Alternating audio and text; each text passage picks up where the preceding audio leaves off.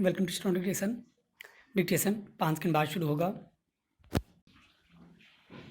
Ready start. Corona संक्रमित मरीजों की संख्या के मामले में 2 अगस्त को भारत ने अमेरिका को भी पीछे छोड़ दिया।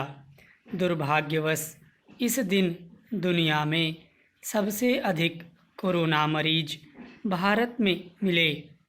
देश के गृह मंत्री अमित शाह से लेकर तमिलनाडु के राज्यपाल और कर्नाटक के मुख्यमंत्री भी कोरोना की चपेट में आ गए।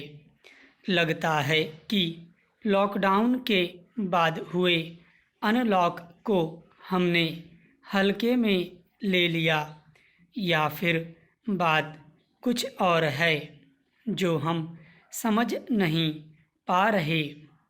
देश के गृह मंत्री और राज्यपाल मुख्यमंत्री का कोरोना की चपेट में आना गंभीर खतरे की तरफ संकेत करता है।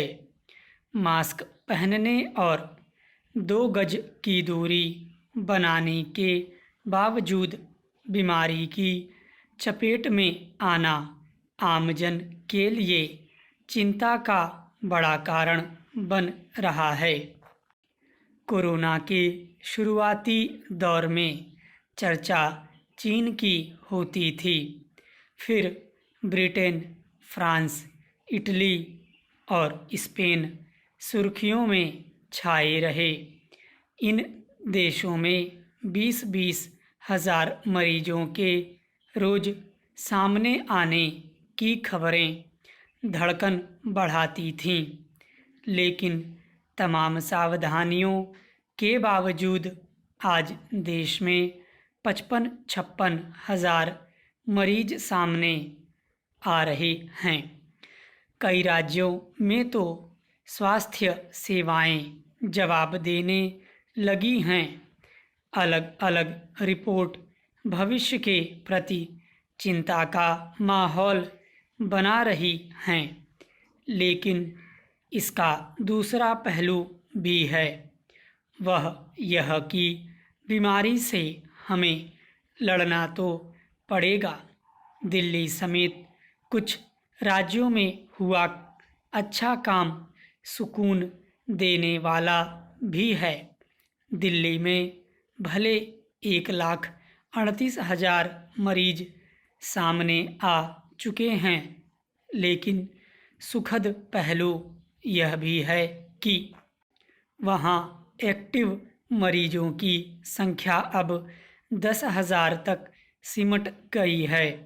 राजस्थान, मध्य प्रदेश और हरियाणा में भी एक्टिव मरीजों की संख्या औसत से बहुत कम है।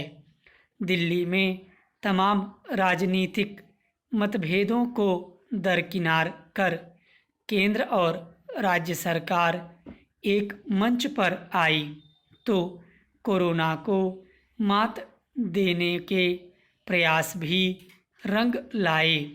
दूसरे राज्यों में भी ऐसे प्रयास होने चाहिए।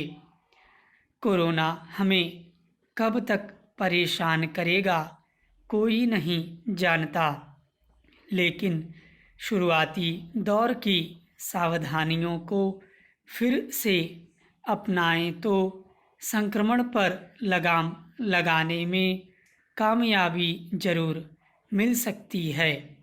यूरोपीय देशों के अनुभवों से भी सीख ली जा सकती है। Para change.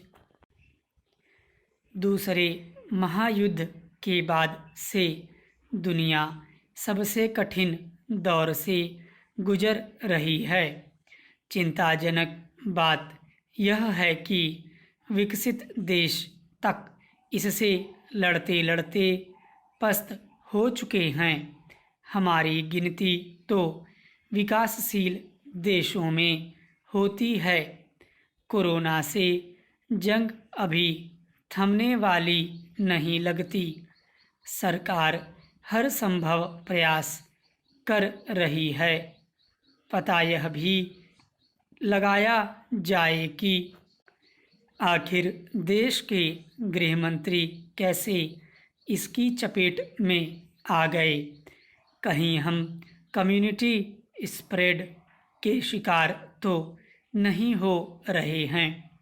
तमाम आशंकाओं का समाधान होने पर रणनीति बनाने में मदद मिलेगी। खतरा दिख रहा है तो इससे निपटने के हर कोण पर ध्यान देना होगा। शुरुआती दौर में कोरोना से बचा रहा पूर्वोत्तर भी अब डरा रहा है। ऐसे में लड़ाई को तेज करना होगा और हर रोज नई दिशा देनी होगी। दुनिया आज हमारी तरफ देख रही है। हमें दुनिया को दिखाना होगा कि हमारी इच्छा शक्ति कितनी मजबूत है। स्टॉप।